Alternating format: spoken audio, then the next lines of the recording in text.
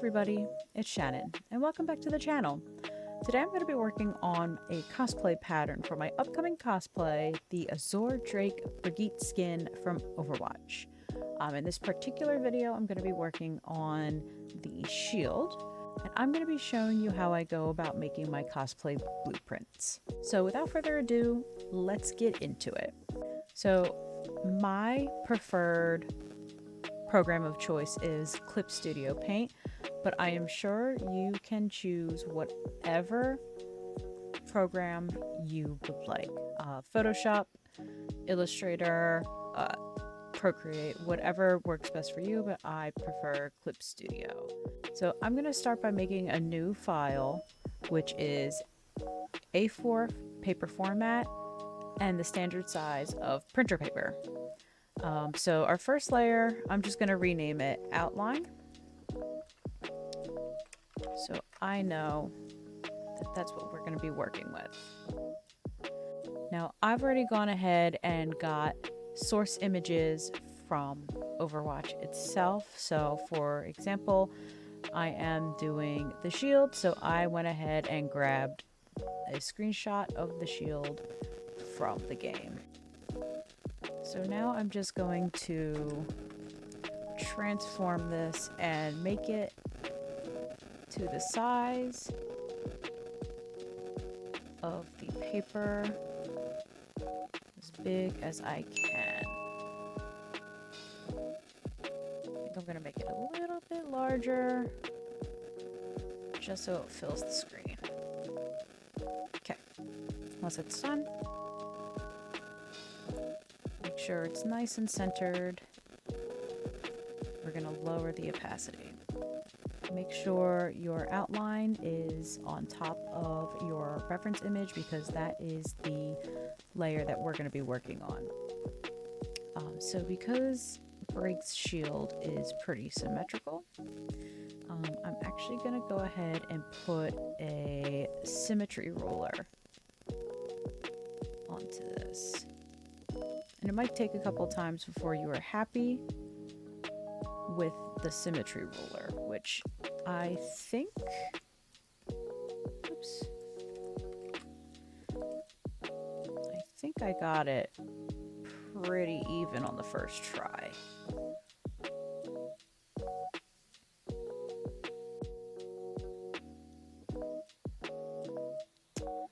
No. And if you have to do it a couple times, that is okay.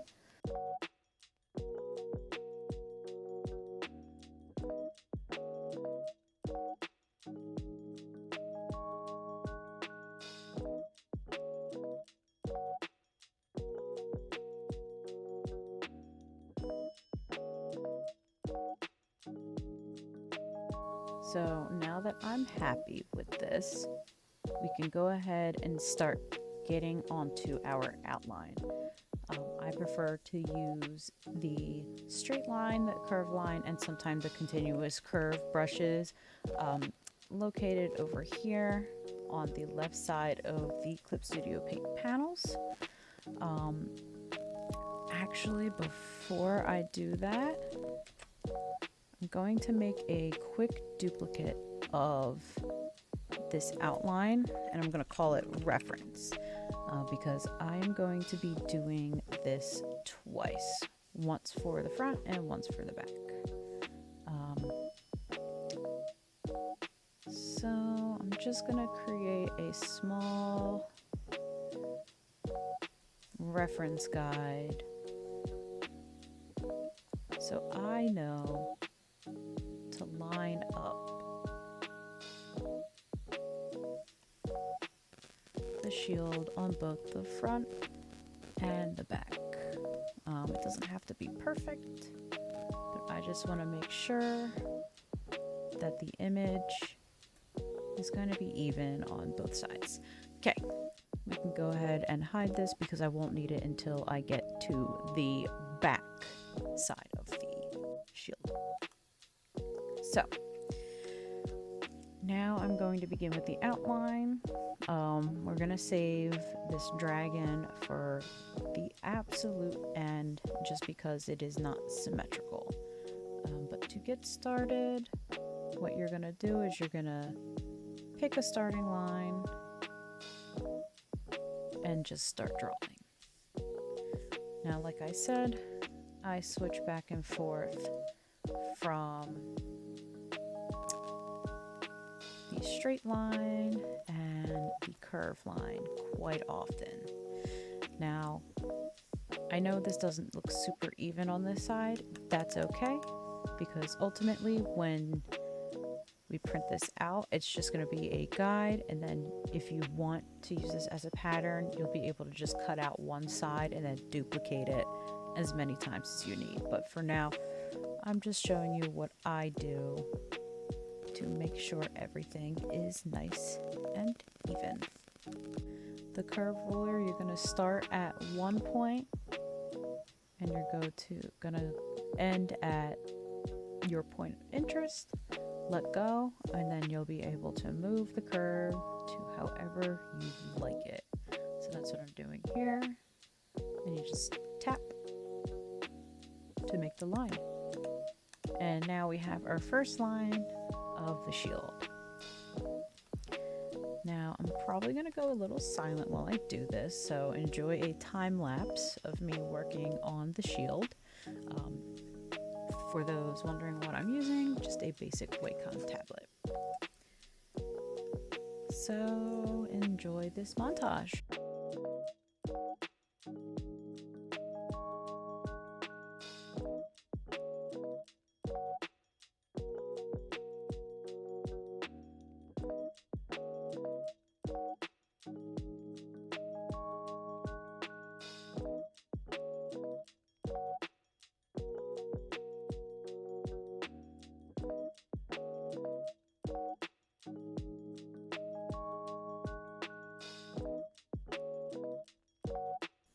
So you're probably wondering why I'm using different line weights.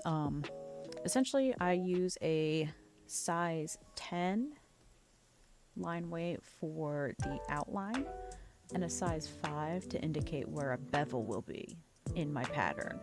I usually only use like a size 3 if it's like a small minor detail, like for instance like the bolts that are inside the center of the shield, but that's essentially what I do to help differentiate and let my eyes know that, hey, this is supposed to be a bevel, or there's a change in the shape of the object. So you can see that here, this is now represented by a bevel. Of course, if you make a little mistake, you can just take your eraser and slowly get rid of those mistakes. Again, this is just a basic pattern, nothing super serious, so I personally don't go too crazy erasing any mistakes because they personally don't bother me.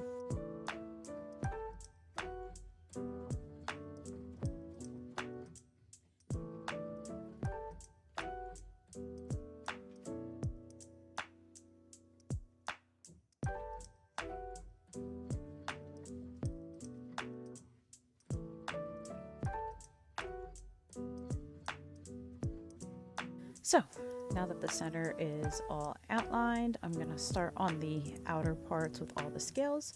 What I like to do is I like to start with the part that is most closest to me.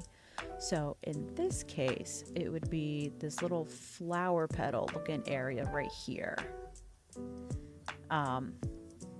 So I like to start with whatever's closest and then slowly build backwards. I find it to be a lot easier when lining up my lines versus starting from the back here and then trying to hide it. I don't know, it's just preference. You can do however you want to do it, but that's just something I prefer to do.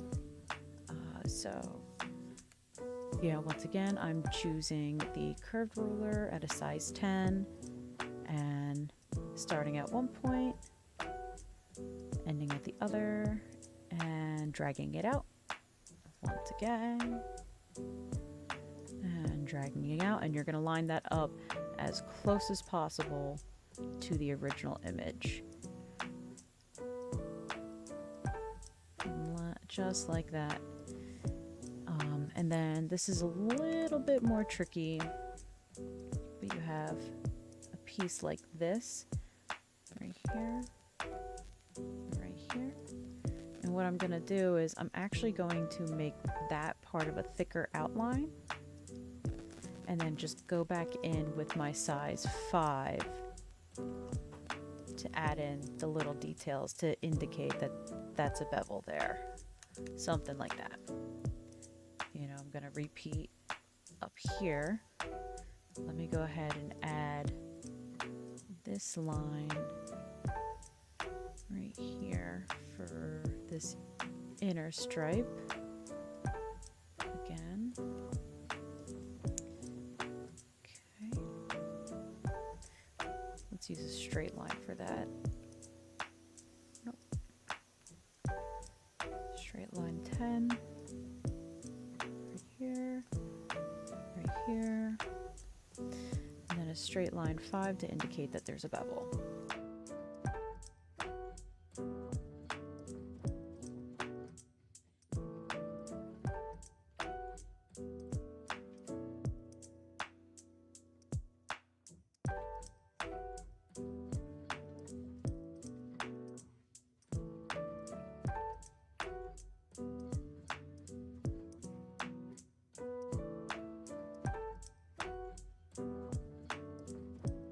You know, I just realized that this whole time I was probably covering half of the screen with my webcam, so I apologize. I don't know what happened there. But, you know, just, I guess, continue watching the video. I'm almost done.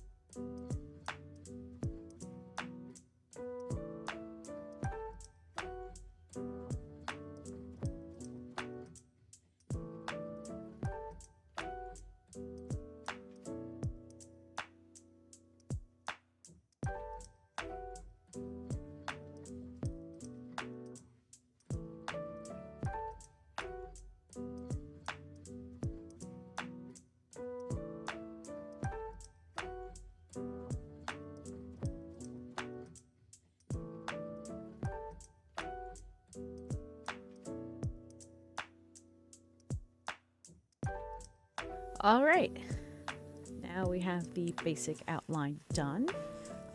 If you would like to see what it looks like without the backing, this is what it looks like. But now all we have left to do is the center dragon piece. So what I'm gonna do is I'm gonna come on over here to where it says outline, and we're gonna delete the ruler, and that'll get rid of the symmetrical ruler. And from there we can go ahead and start outlining the dragon and go from there.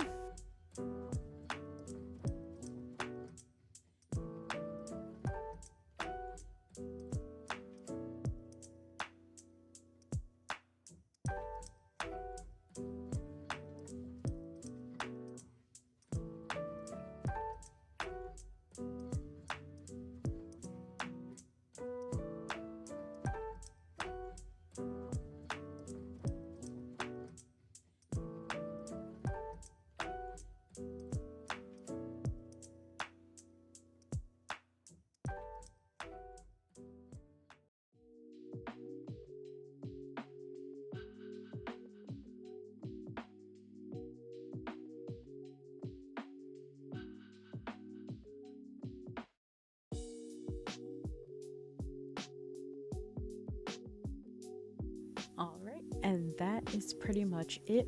We have our outline finished and ready to go.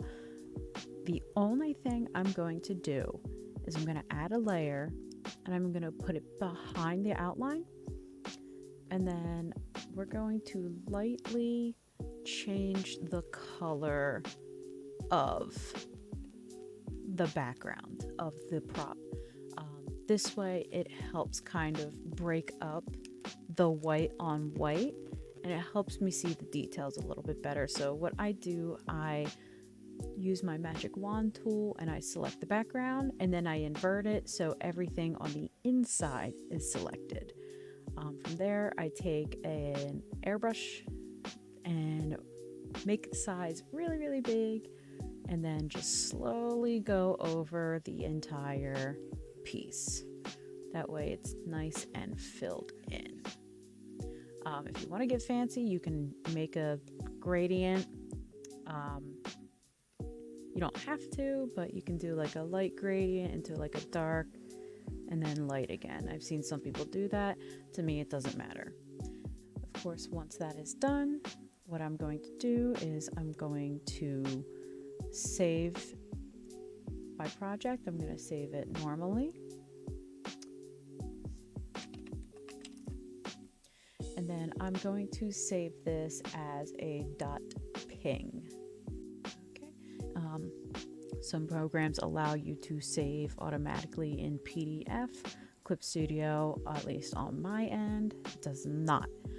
Once you have it saved as a .ping, we are going to have to convert it to a PDF. There's free PDF converters online. Just Google ping to PDF. There's a free converter. You just upload the ping image of your cosplay pattern, and then it'll be converted to the PDF. So that's what I'm doing here. Again, just ping to PDF, drop the file into the little box, and it'll slowly convert it into a PDF, but it has to be a PDF if you want to print this out properly.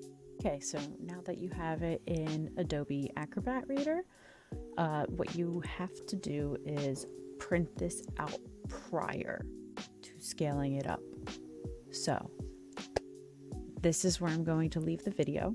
There will be a part 2 where I will show you how to properly scale everything to your measurements, and from there how to put your pattern together and use it as a way to help guide you into your creation of your next cosplay or prop.